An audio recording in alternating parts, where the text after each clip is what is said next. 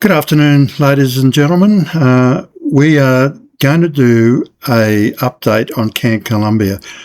Paul, I can't believe that in the last 9 months, you've really just grabbed the bit and just powered ahead on just creating such a wonderful World War II narrative for Brisbane and, in my mind, for the tourism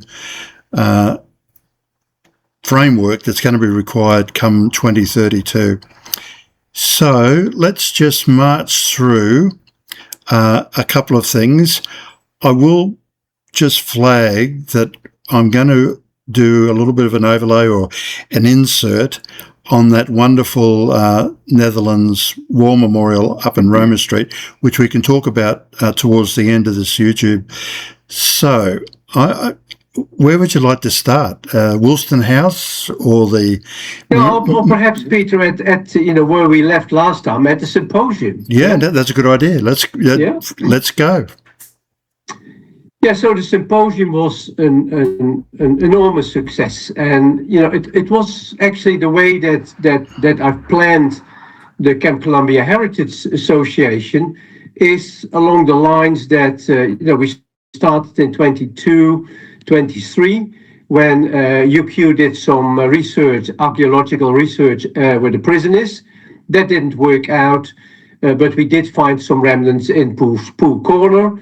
And then we decided, let's move the whole sort of focus from the prison, where it is very difficult to do any archaeological survey, and also it's not accessible if we find anything to anybody else. Pool Corner, Bush Reserve, that has the opportunities. And then we basically decided, okay, we have, rather than immediately knocking on doors for money and what have you, we said we have to build our credibility. We have to do certain things to make sure that what we are doing is professional, that people will understand it. So we spent that 2 or 3 years in preparations of, making sure we had a good website, making contact with all the important organizations, Brisbane City Council, Queensland government, federal government, the Americans, the Dutch, the Indonesians, all these people that had, in one way or another, were affected or involved in Camp Columba and broader into the Brisbane sort of scene. We thought that mid last year, that we were ready, and then we organized this symposium that was supported by the Dutch government, so that helped greatly. We did it at UQ because they are a major partner in the crime, and that was so successful. There were people from the American embassy, from the Dutch. There were people from Brisbane City Councils. We got a reception offered by the Lord Mayor. So, all the things were right to show the credibility. And based on that credibility, we could go one step further, we thought. And that was, the accumulation of the work that we did in those 3 or 4 years, then the symposium, and then we felt now we can actually knock on doors and start talking about things like that. The whole symposium also started opening doors. We got $20,000 from Milton Dick, and then, we actually made contact with the National Trust Queensland, which is Woolston House.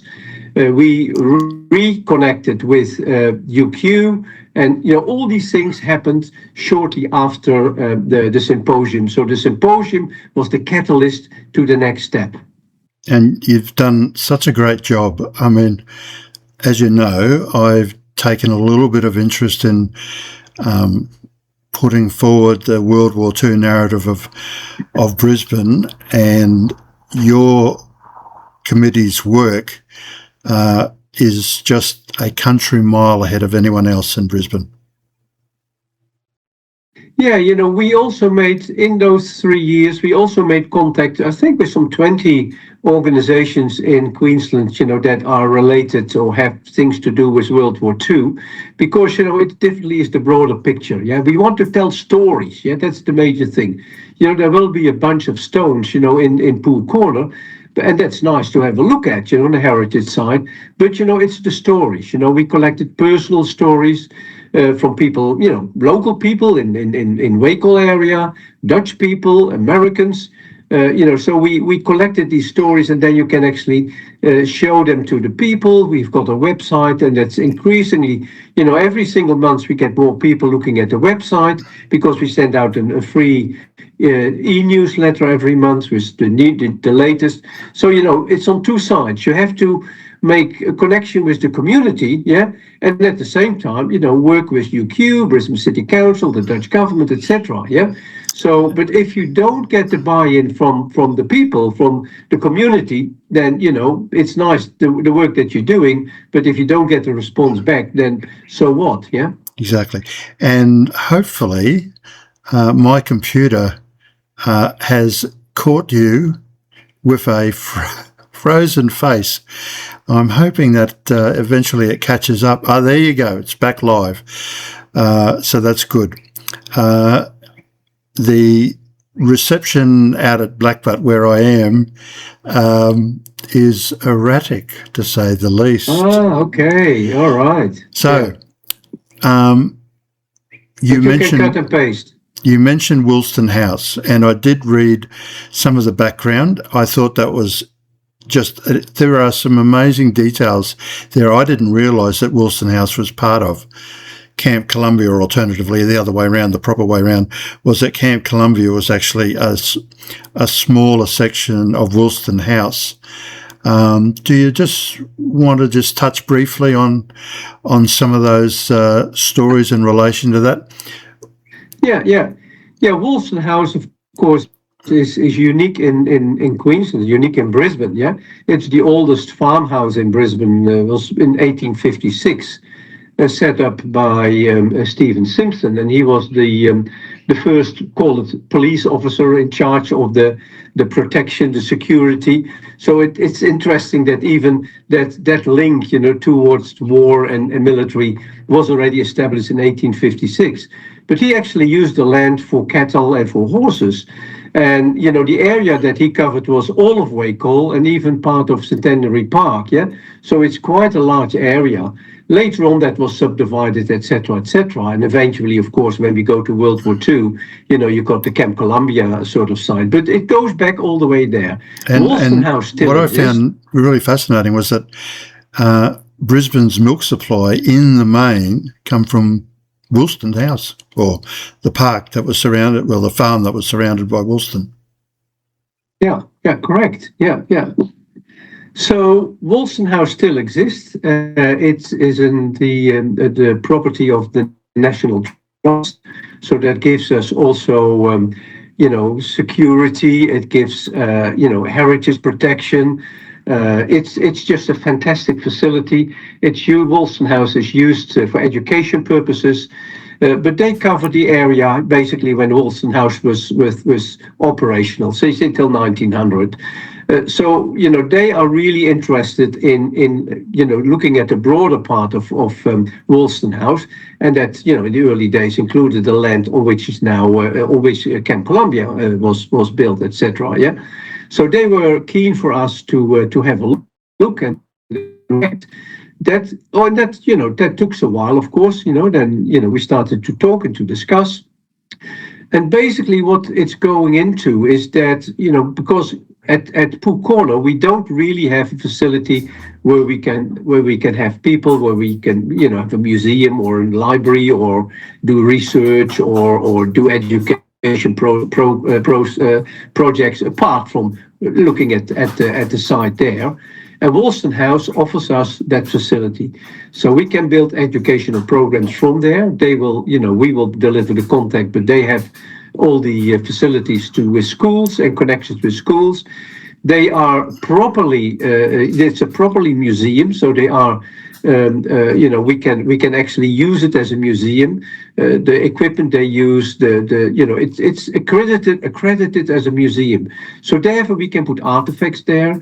Therefore we can actually start putting some of our research material there.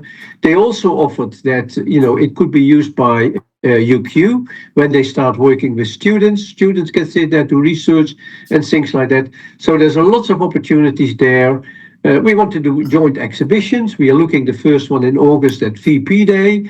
So, there are lots of things that we can do together. A very enthusiastic Wolston House team that we came across, and I just can't wait to actually put it into action, because it's just a unique opportunity that we are given, and we can work together in this area. It sounds extremely interesting, and I'm assuming that Wolston House is actually part of the Brisbane City Council footprint, and if it is, then the wonderful organisation that the Brisbane City Council sponsors, called Brisbane Greeters, I'm sure that they can be engaged to help upsell the message that you've got, because they already do a great job on the World War II heritage that is sitting around the Walter Taylor Bridge and the Witten Barracks.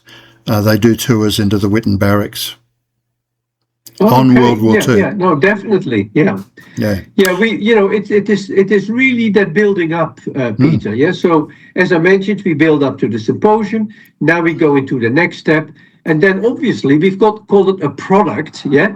That we can offer to the market, like the greeters, like other organizations, that can actually start utilizing it, can come for exhibitions.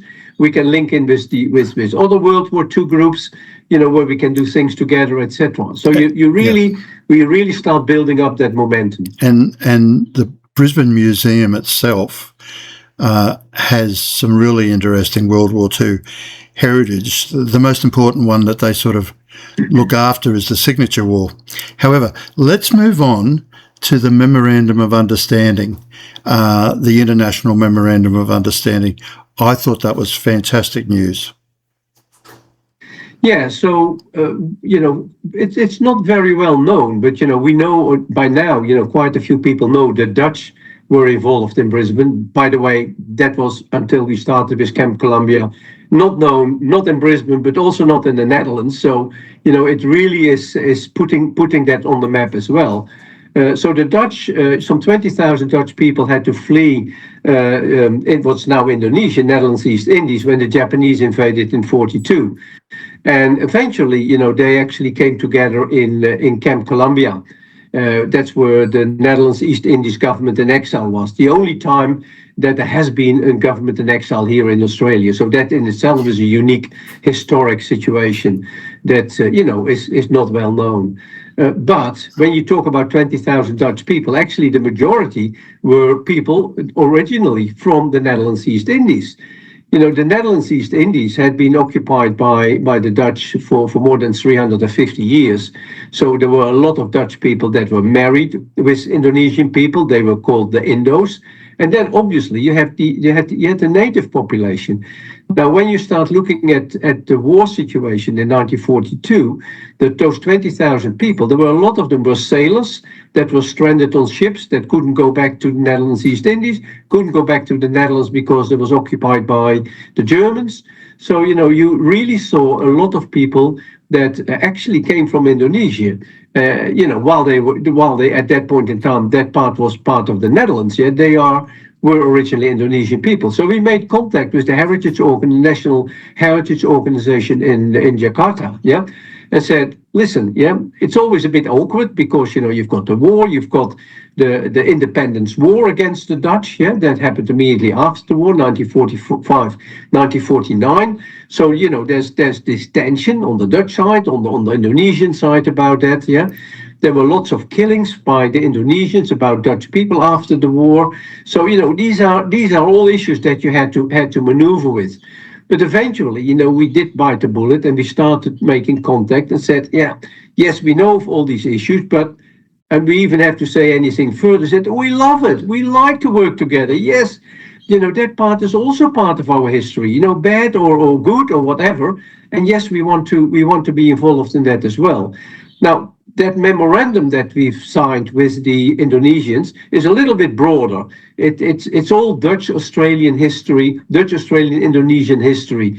So, that's not just in Brisbane, not just Camp Columbia, but also in Cowra, there were the Indonesians, the Dutch fought with squadrons in the Northern Territory, there were Indonesians. But, in the situation of Brisbane, where it's all concentrated, a lot of Indonesian people worked there in Camp Columbia, in the mess, in the administration, communication. So they are there. We also have graves in Tuwong of 3 Indonesian sailors. Yeah. So there is this situation that the Indonesian Heritage Association is keen to be involved in. And for example, we are at the moment restoring one of the graves done by the Dutch War Graves Organization. And the Commonwealth War Grave Organization, and when we finish that at Tuwong, we want to do a ceremony, honoring these people, but also the broader history, and we will do that together with the Indonesians. So Yep. There's lots of issues that we can do together there. And that just to clarify and make it crystal clear, there are 3 Indonesian graves, if I understand it correctly, at the Tuwong Cemetery, and it is one of those war graves at the Tuwong Cemetery that you're talking about. Yeah, one needs to be restored, but what we want to do, we actually, when we do the ceremony, we want to honor all 3, and the broader issue of the Indonesian people that came to Camp Columbia. We also actually have made contact with the cemetery in Ipswich, and there were also Indonesians buried, but they were repatriated to Indonesia. But nevertheless, they were there. We've got the names, and Ipswich is also keen to be involved in some sort of a celebration or commemoration, of this of these people. So, yeah, it's interesting to come across all these little bits and pieces where Indonesia is involved in. Yeah. Well, you just highlighted an unknown fact to me. I didn't realise that there were actually repatriated Indonesians out of the Ipswich Cemetery. And you'd be really interested to know that there was nearly 1,200 US servicemen who were buried in the Ipswich Cemetery, and they were all repatriated on a vessel called the USAT Goucher Victory. And the very first time that a parade of an unknown soldier occurred in Brisbane on the 22nd of December 1947, and the unknown soldier was the last of those 1,200 odd coffins that then ended up being repatriated back to America via Guam. Most of them ended up at Punch Bowl in Hawaii, but not all of them. And so the World War II history of Brisbane is just quite incredible. Yeah, it really is. It's amazing to, all these bits. And, what we did at the symposium, we said Brisbane was the Allied capital of Australia. Yeah, I love that. It's something that very few people realize. Most people in Brisbane know that the Americans were here. That's true, but that's it. Yeah. So this whole situation as the Allied capital, and as you mentioned in the beginning, Peter, it would be a good opportunity to use the whole sort of situation running up to the Olympic Games, to also tell these stories and get people interested to visit the various sites and look at the history, in this situation as well. So we've got great opportunities for tourism in this project as well. Yeah, absolutely. Now, before it escapes out of my somewhat leaky brain, I'm not sure if you're aware that at Broome, in their museum, they actually have an incredibly important Australian flag that was subject. It's an Australian Defence Force flag. It was actually a US a white ensign, but in those days it wasn't an Australian, what we understand now to be an Australian ensign. And that white ensign was subject to bombing by the Japanese. And part and parcel of that story are those flying boats that the Indonesians and the Dutch escaped into Broome on. Yeah, correct. Or in. Yeah. The 3rd of March in 1942. Yeah, that terrible bombing, and I think close to 100 Dutch people died. Who actually were evacuated from Indonesia. Still not safe, because then they still died. Lots of women and children, by the way, that died in that raid from the. But also, there was one of the Dutch military, one of the pilots of one of the Dutch planes actually shoot down one of the Japanese planes. So there's so many different stories involved in that whole history that we're talking about. It is. So my timer tells me we've done about 18 going on to 20 minutes, which is really good, because that then what we've got here is a podcast, which should be a really interesting podcast. So do we just want to wind up just giving the people who are watching a little bit of a feel about the memorial up at the top end of Roma Street? Yeah, of course we can do that. I think we missed one thing, Peter, and that is the involvement of UQ. The new involvement of UQ. Do we have time for that? Yeah, no. Yeah. Yep. Okay, so we could talk all day if we want, but I don't think many people will be watching all the time. And make it all work. Yeah. But, I think following the symposium, we continue to contact with the University of Queensland, and that resulted in a plan that UQ, the history department and the archaeological department are going to launch, and that's a multi-year plan to have student projects at Camp Columba, and even perhaps in the broader Brisbane area, initially perhaps in the southeast sort of area where Dara and other military facilities were, and that will be, of course, a continuation on the academic side of this whole situation. So we get more history stories, more deeper understanding of Camp Columba and its place in the broader Brisbane environment, and the American environment, and the Dutch environment, and the Indonesian environment. And we actually received an invitation from the Dutch Ministry of Culture they invited and paid for the Professor Jeff Jin and myself to come to the Netherlands, and we get a study week where we, where they particularly, aimed at UQ, exchange with universities, with museums, all relevant, of course, to what we are doing here in Brisbane. And so that is, building up international contacts, and also, of course, international support. We're looking at interactive maps. We're looking at all sorts of facilities that UQ can do. So that's, another nice follow-up on the symposium, what's happening. And, the visit will be in June, and then afterwards you will start seeing, I think in September, UQ will start with its first student project at Camp Columba. Just amazing news all up. Now, all right, so let's go back to the monument, the memorial up at Rome Street. Yeah. So yes, we have a beautiful memorial about. Wait, do you want to say something else? Oh, I was just going to say that that is the second home. It's been. It was uprooted. Maybe might be the right term for it, because it was very close to the statue with Queen Elizabeth, which was at the top end of George Street there, just opposite the Queensland Parliament. But the casino project saw a group of memorials. It was the Queensland Police Memorial.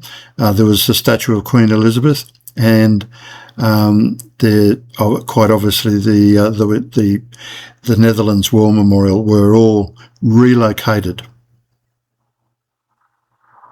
Yes, and that's one of the main drivers behind that was the former consul, the Dutch Netherlands consul in Australia, in Brisbane actually, in Queensland, Caspar Kuiper. He was the main force behind it to get this done. And that monument is now a beautiful monument is now in Roma Street, Parkland, together with other World War II memorials, Vietnam and others. That is where, every year we celebrate the VP Day, of course, but we also do the Dutch days. That's the 4th of May and the 5th of May 4th of May we commemorate the fallen, and on the 5th of May we remember the victory in Europe. So, we have, it has become a bit of an home for Dutch people, thinking about, the war and the peace and all the collaboration with the Allied forces, and, it's a nice spot here in Brisbane. So it's definitely worthwhile. It's nice, quiet, you can sit there and, there's trees and there's birds, and it really is a lovely place to sit there and enjoy the park and commemorate and commiserate, about, particularly look at what's happening in the world today. A lot of people will be anxious, a lot of people will be worried. This is a good spot to sit down and think about all these things. And surprisingly enough, it is very close to a monumental sculpture from World Expo 88 called Continuous Divisions, which is in the little car park down the bottom. And that is made of Core 10 steel. And there's a really, really great and interesting story behind that particular Expo 88 sculpture. And like so many other things in Brisbane, its current location, which is a little bit of a travesty of injustice in relation to the beauty of the work, but that is also its second home. It was a donation to the people of Brisbane by Transfields, if my memory serves me correctly. And then Sally Ann gratefully accepted that into the World Expo 88 art trail. Yeah, and it's a beautiful sculpture. I'll put some photos up of it as well. So you're about to depart almost instantaneously for overseas. I know you're keen to go back to your packing. So unless you have something else urgent to add into this, Paul, I sincerely thank you for the interview this afternoon.